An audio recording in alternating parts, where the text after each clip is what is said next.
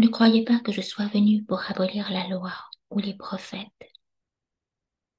Je suis venu non pour abolir, mais pour accomplir.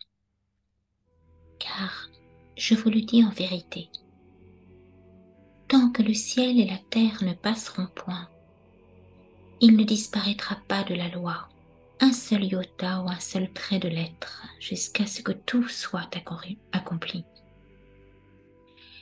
Celui donc qui supprimera l'un de ces plus petits commandements et qui enseignera aux hommes à faire de même, sera appelé le plus petit dans le royaume des cieux.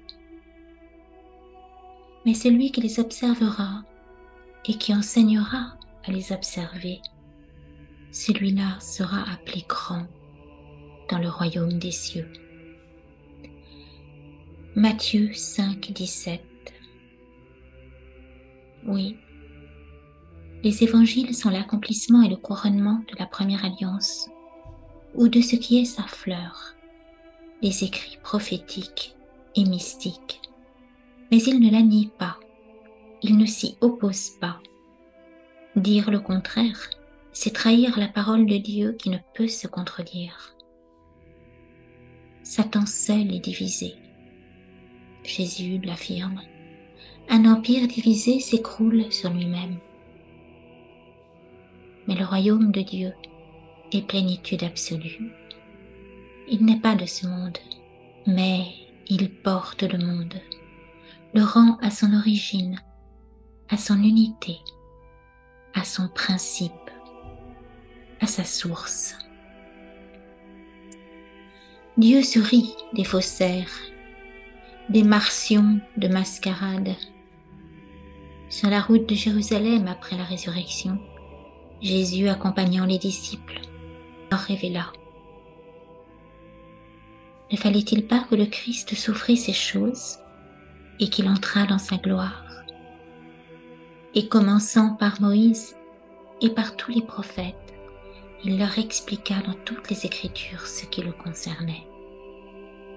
Luc 24, 27. Saint Paul ne condamne donc pas la loi mosaïque, ce serait s'opposer à Dieu. Il condamne la loi sans la grâce, c'est-à-dire sans la miséricorde. Une loi humaine, manipulant la loi divine, un certain pharisaïsme obsessionnel dont il est issu. Ce pharisaïsme, tous les prophètes de la première alliance l'ont interpellé vivement, car il distord la parole éternelle. Ce pharisaïsme viole certains commandements, inscrits pourtant dans le livre du Lévitique comme l'interdiction de l'usure, l'accueil de l'étranger, l'universalité du salut, la protection de la veuve et de l'orphelin. Saint Paul fait donc référence à cette idolâtrie profanant la loi éternelle, fabriquant un Dieu à l'image de l'homme, au lieu d'adorer Dieu dans l'unique mesure, et la démesure d'un amour qui nous inaugura à son image et à sa ressemblance, inviolable. Saint Paul fait référence aux multiples préceptes sanitaires dévoyés de leur cause première qui est charité. Il ne parle pas de la loi mosaïque, loi d'amour et de justice, gravée depuis la croix, non plus sur des tables de pierre, mais dans le cœur de l'homme, accomplie, couronnée, transfigurée par le sang de l'agneau immolé qui crucifie la nuit du sang et de la guerre. Mais qui entendra le fin murmure de sa voix? Tout est annoncé dans le livre de Jérémie. Cette promesse de l'alliance nouvelle et éternelle s'incarnant dans la chair d'une vierge au cœur d'enfant pour prendre chair en nous à chaque Eucharistie. Quand l'apôtre des nations païennes ou Saint Jean parle des Juifs, ils font référence aux grands prêtres qui ont mis à mort Jésus sans se salir les mains, puisqu'ils ont laissé aux Romains le soin de verser ce sang innocent. Ils ne stigmatisent pas une communauté, même si celle-ci, hélas, ne reconnaît pas encore en Christ le Messie annoncé à travers bien des figures dessinées par les prophètes. Communauté prisonnière de cette scission, de cette fracture en temps jusqu'au jour du jugement dernier, ce monde à la dérive.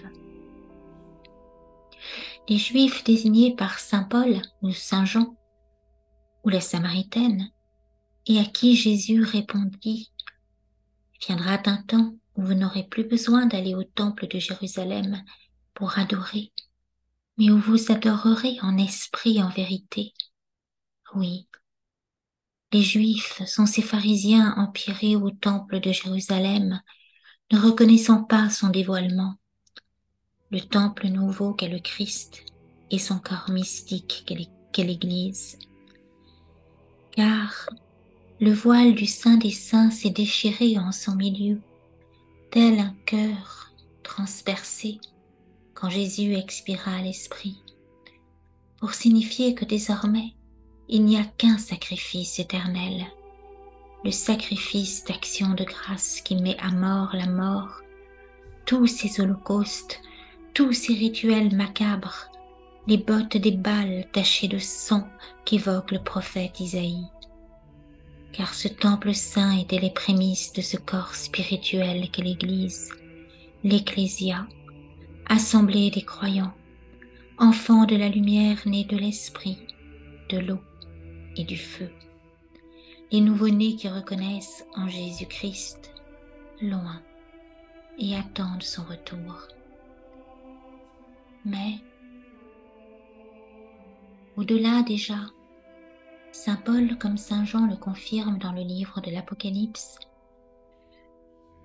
voit les faux prophètes, les gourous modernes du transinhumanisme, de l'eugénisme, qui crucifient encore et toujours l'agneau innocent. Par les manipulations génétiques, la pédocriminalité, ils commettent l'attentat contre l'espèce humaine et profanent la sainte paternité de Dieu. Les Juifs dont il est question dans les évangiles ne désignent donc pas les saints prophètes, les patriarches, les rois, les guerriers valeureux de l'alliance native, ni même une communauté désignée en bouc émissaire, comme le firent jadis les pharisiens avec les étrangers, mais les tribuns d'un royaume artificiel et usurpé,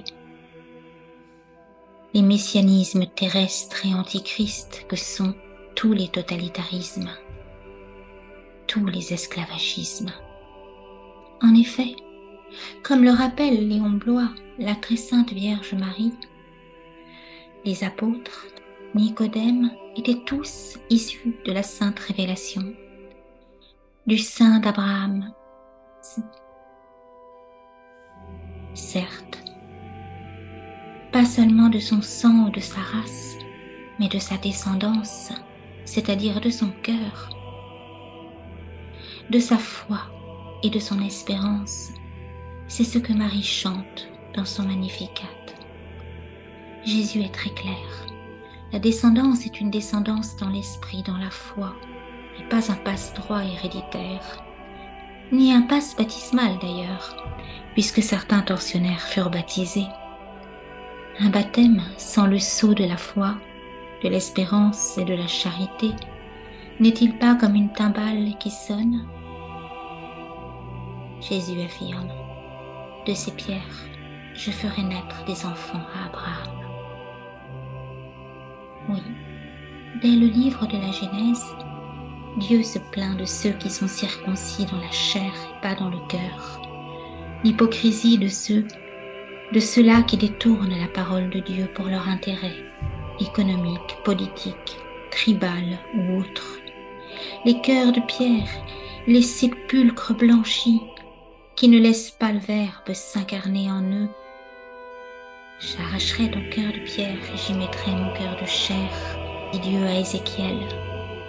Ce cœur de chair bat celui, immaculé de Marie, qui est la nouvelle arche promise à Jérémie. Oui, la parole de Dieu dépasse les clans. Elle ne se transmet pas par le sang, le sol, la race, la mère comme le prétendent certains, mais par la foi. C'est ce que chante Marie toujours jusqu'à la fin des temps dans son Magnificat. Le catholicisme n'est pas une théocratie et la tentation ultramontaine, certes, est une hérésie, mais n'oublions pas les paroles, la parole de Sainte Jeanne d'Arc, cette perle virginale, Dieu premier servi. Notre identité individuelle et au-delà, celle de la France, c'est Dieu. Avant la séparation de l'Église et de l'État, les lois étaient ordonnées à la loi divine. Elles lui obéissaient, orientées comme la fleur vers son soleil. La France demeure la France chrétienne. Oui, notre filiation est divine, non accidentelle ni constitutionnelle. La France sera pour l'éternité, fille aînée de l'Église, héritière de Saint Jean, dont Saint Polycarpe fut le disciple, et le primat des Gaules, l'enfant spirituel. La France est née, comme l'Église des origines, du cœur transpercé du Christ sur la croix, et elle prendra Marie chez elle, toutes les Maries du monde, la féminité non spoliée de sa maternité. Oui, la France est étrangère par essence à la République. Nous sommes enfants de Dieu et non citoyens de la Babel mondiale.